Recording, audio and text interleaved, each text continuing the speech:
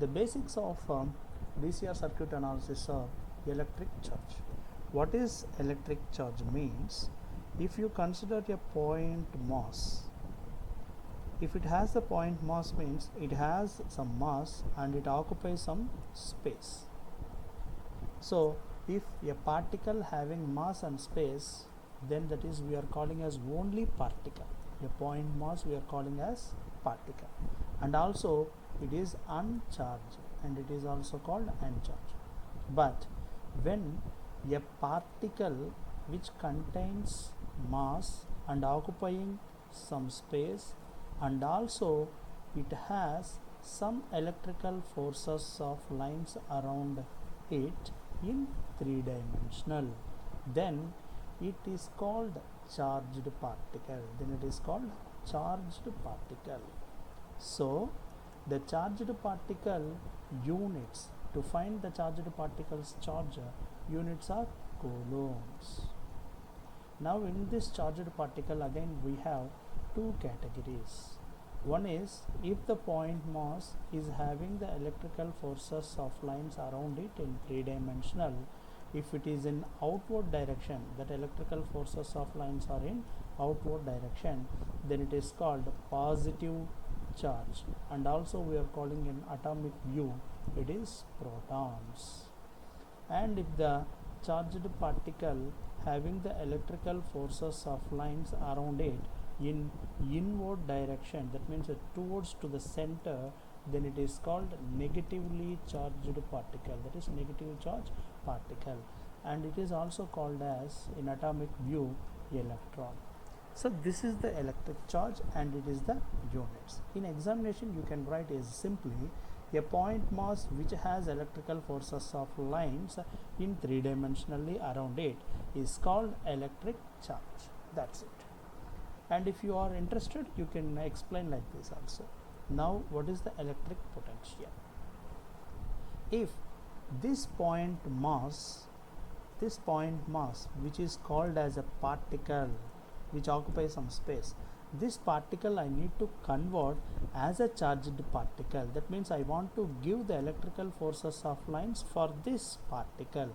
This uncharged particle I want to convert as a charged particle. Then I require some electric energy. That electric energy is called electric potential. That you can write in examination, the required electric energy to change an uncharged particle as a charged particle is called electric potential. See here, this is the mass which is uncharged particle, that we are giving some electrical potential. Here I am giving electrical potential. Its units are volts. So some volts are 5 volts or 6 volts of some volts of electric potential I am giving here for this uncharged particle, and it is converted as a charged particle. If suppose that you are giving the charge, if you are giving the positive voltage, then we are getting the uncharged particle is converted because of positive potential. Here we are getting the positive electric potential. If you are giving the secondary, if you are giving the negative potential for this uncharged particle, then it will becomes that uncharged particle becomes negative charged, because what you are giving the electrical potential, either it is negative, either it is plus. If you are giving plus, you are getting outward direction. If you are giving negative potential, you are getting inward direction. So here you are giving volts are called as the electric potential. Now potential difference. What is the potential difference? See, the potential difference means if you are considered the current carrying conductor, if you are considering the current carrying conductor like this, which is having some length. So L length of current carrying conductor I considered, its one end is A and another one end is B. Now these particles, this entire particles in these conductors are uncharged because it is not having any charge right now. But if I given some electric potential V, then at this point of A particles it gets potential VA. At this point the electrical potential VB. Now what is the difference between this VA and VB? That means at two ends, at 2 points of any conductor, the potential difference VB minus VA is equals to VBA. So potential difference means we need 2 points in a conductor. Now the difference at this end, what is the potential? At this end, what is the potential? Finally, what is the difference between these two ends in entire the conductor is called potential difference. In examination, you can write that potential difference between the 2 points of a conductor is called potential difference. That's units is also volts. Now coming to the electric current. Now in this electric current, if you go that the flow of number of electrons in a conductor per unit time is called electric current. That means the I is equal to, I means number of electrons per unit time per crossing through unit length. So if you are considering a current carrying conductor, this is the conductor. Now at this point at fifth second, how many number of electrons are passing through this point A? How many number of electrons at fifth seconds is that current I? So here at 6th second, how many number of electrons are in 5th seconds is called electric current. That means current will be measured at only 1 point. It has no 2 points, it has only 1 point, and at a time how many number of electrons are passing through that particular part is called electric current, and its units are amperes. And now coming to the voltage. So the potential loss in the conductor between 2 points is called voltage. So that means, see here one atom, here one atom, like this. So many number of atoms are this. Actually the atom view is like this. If there is a proton, if there is a electrons are revolving, the electrons are revolving. Now similarly here another one atom is there. Now this is one, and now here there is an electron.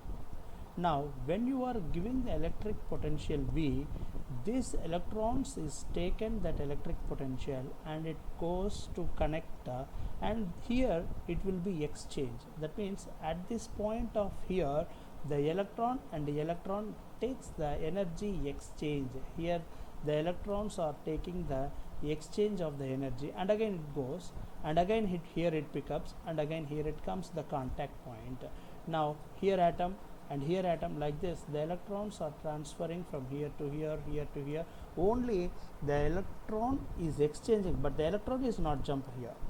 So from here to here, in this process, here what will be happen means, here you are giving 5 volts, but here there is a work done from here to here, and from here to here, and from here to here, like this it was done the work done. So that's why this 5 electric potential will becomes as maybe 4.89 volts. So the process of the electric potential are moving from the point A to B, it loses the potential from A point to B. Slightly it was lost. This losing from the point A to B, here the point VA, here the point VB. Therefore VB from here to here, so that's why I am considering VA minus VB is equal to what? 5 volts minus 4.89. Therefore what it is approximately? Here it is 0 point approximately some maybe 11. So 0.11 is the voltage consumed means what? Utilized. So potential difference, potential loss in a conductor, here it is the loss in a conductor is called voltage. So you can write a potential loss is called as a voltage, and its units is also volts. Now coming to the resistance. Now, the nature of opposing electric current in a conductor is called resistance. Now see here, the process of electron moving from one atom to the another atom, while see this is the plus. Now here it is the electron, here it is the electron, here it is the electron, and here it is the electron. These are all in connection. These are all in connection, bonding. Now, if whenever you are giving the electrical current, this energy, the electron's energy is able to allow the electrical potential is suppose 5 volts. If you are giving the voltage 10 volts, then what will be happens? Then the remain of course I will give 9 volts. 9 volts I given, but 5 volts are the capacity of this conductor to allow.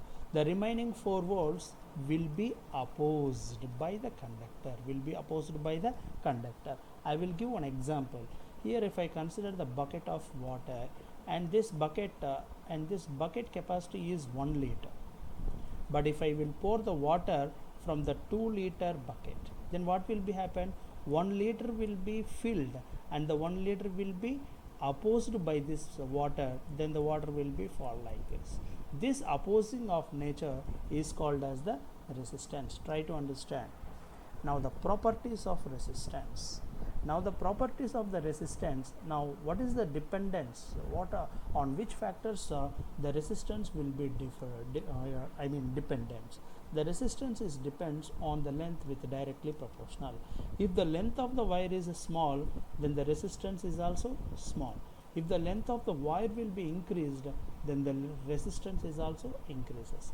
Similarly, if the cross-sectional area of the length is small, or if the area of the cross-sectional area is large, then what will be happen means the resistance is inversely proportional to the cross-sectional area.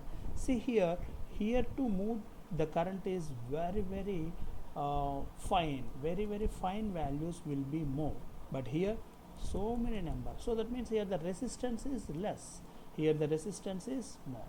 So this is the properties. Therefore, R is directly proportional to L by A. These are the properties of the resistance. Now coming to the specific resistance.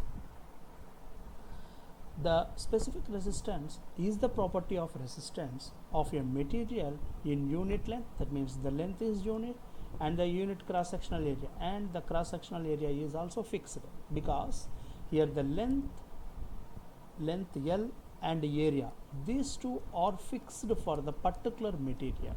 For a particular material, these two are fixed. Then the resistance which is fixed is called specific resistance. That will be delivered by R is equals to what will be happen? Specific resistance L by A, because R is directly proportional to L by A. The proportionality constant is rho. Then rho is equals to RA by L. Here the cross-sectional area and lengths are unit, so that's why the specific resistance should be equal for the resistance at only unit time. And now coming to the next basics of conductors and semiconductors and insulators of the materials nature. Now what we will discuss about the conductor. See, if you are considering the atom, now inside of this atom there is a nucleus, and here it is 1s2, that means 2 electrons. Here it is 2 electrons, and 2s2, here also 2 electrons, 2s2, 1s2, 2s2, and then 2p6, and then 2p6. 6 means here 1, 2, 3, 4, 5, and 6. So here the configuration is 1s2, 2s2, 2p6. That means here in valency how many? 8. So that means its octet rule is satisfied. There is no free electrons. How it is? See, 2s2 means what? 2 electrons in S. 2p6 means what? It is completely filled. So it is completely filled. No free electrons. If there is no free electrons in a material, then that is called insulator. So a material which is not having any kind of free electrons, if a material if your material is not having free electrons, if free electrons in outermost shell is called insulator. Now let me discuss about now we will discuss about conductors. Next we will discuss about the conductors. See here, we need to study the atomic level of materials nature, then only you can understand the electrical behaviors in DC or in AC or in circuits or in resistors or whatever it may be that. So this is the more basic fundamentals we have to understand. And coming to that, conductor. So conductors means the number of electrons, free electrons is 1. It has a great conductor. If the free electrons are having 2, then it has less conductance. If it is 3, it is having conductance, but it is more less. If it is 4, then it is not a conductor. It is becomes semiconductor. So if the number of free electrons in outermost is 1, then it is called conductor. If the number of electrons in a material is 4, then it is called semiconductor. If there is no free electrons, that is insulator completely. So this is the natures of conductor and semiconductor and insulator. Thank you. I will continue in the next session the remaining parts.